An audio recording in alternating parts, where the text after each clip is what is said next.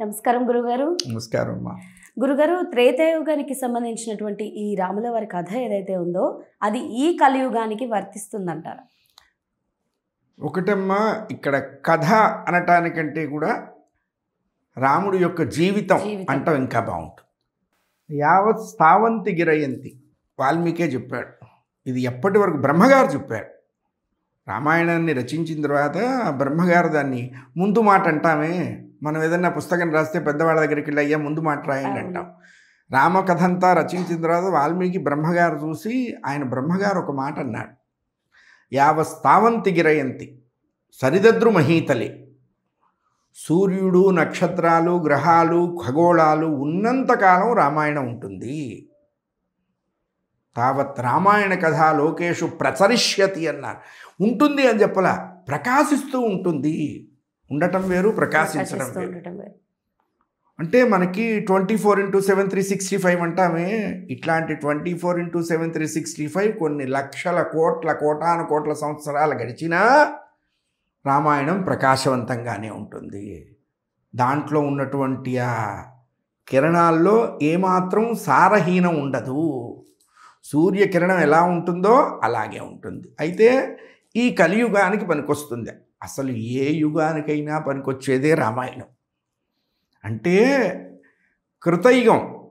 కృతయుగం తర్వాత త్రేతాయుగం, త్రేతాయుగం తర్వాత ద్వాపరయుగం, ద్వాపరయుగం తర్వాత కలియుగం.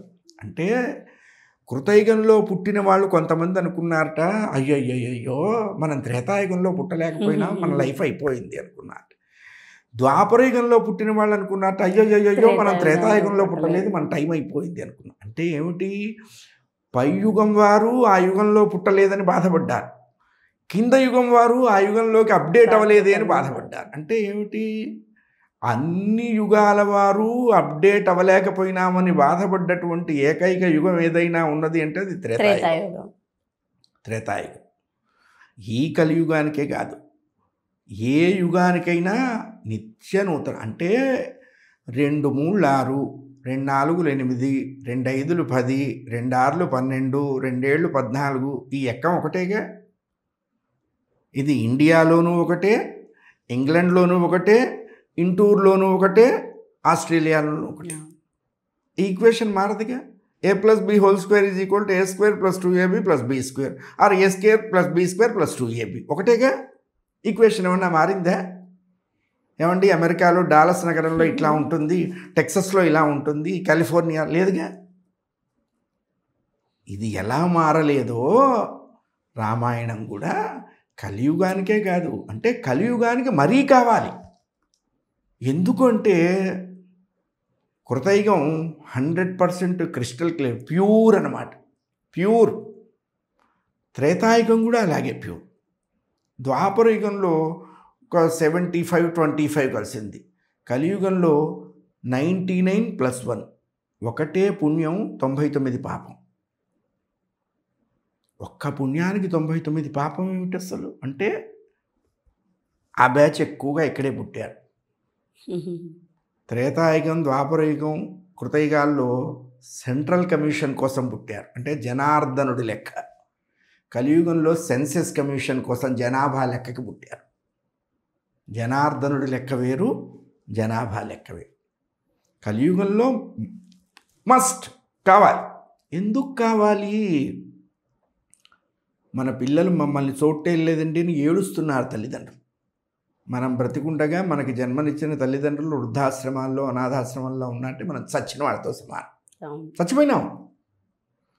నువ్వు ఎన్ని కోట్లు సంపాదిస్తే, ఎంత మిలియనీరు అయితే, నీకు జన్మనిచ్చిన తల్లి కానీ తండ్రి కానీ నువ్వు వెళ్ళి ఎదురుగ్గా ఇంట్లోంచి లోపలికి వస్తూనే, అమ్మా మందేసుకున్నావా, పెళ్ళాన్ని పిలిచి ఏమే మా అమ్మకి గారెలు ఇచ్చావా అని అడిగితే ఆ తల్లి తినకపోయినా సంతోషిస్తుంది. మావాడు అడిగాడు. పెద్దవాళ్ళకి మనం ఇచ్చేటువంటి ప్రేమపూర్వకమైన మాటలే వాళ్ళ జీవితాన్ని పెంచుతాయి, అది లేకపోతే అవి తుంచుతాయి.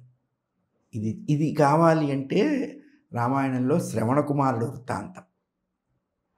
శ్రవణకుమారుడి గురించి తెలుసుకున్న వాళ్ళు ఎవరు ఈరోజు తల్లిదండ్రులను వృద్ధాశ్రమాల్లో ఉంచారు, అనాథాశ్రమాల్లో ఉంచారు. వెనకటి రోజుల్లో తల్లిదండ్రులు లేని పిల్లలు అనాథాశ్రమాల్లో ఉండేవాళ్ళు.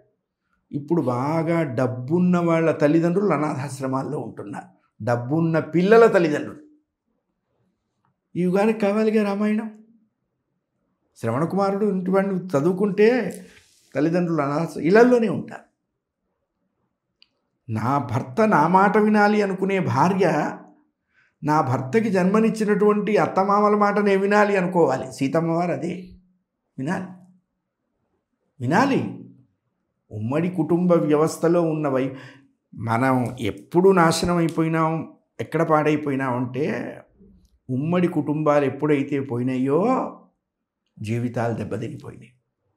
అందుకని ధర్మశాస్త్రంలో ఒక మాట చెప్పారు, ఆకలి కోసం పరిగెత్తినంతకాలం రోగాలు రాలేదురా, ఆశల కోసం పరిగెత్తడం మొదలుపెట్టినప్పుడే రోగాలు ప్రారంభమైనాయి. ఇప్పుడు మనకి బాగా అప్లై అవుతున్నది. అందుకనే కలియుగానికే కాదు, మిగతా 3 యుగాలు ఆల్రెడీ వాళ్ళు స్కాన్ చేసేసుకొని వాళ్ళు అప్డేట్ అయినారు, మనమే అప్డేట్ అవ్వలా. రామాయణం కలియుగానికి తప్పకుండా కావాలి, తప్పకుండా 100% ప్రతి ఇంట్లో రామాయణాన్ని గనక అనుసరిస్తే, రాముణ్ణి అనుసరిస్తే ఏ ఇల్లు కూడా దుఃఖంతో కానీ లేనిపోయినటువంటి కోరికలతో కానీ కాలిపోయేటువంటి అవకాశం లేదు, రాదు, ఉండదు. సత్యం సత్యం పునఃసత్యం.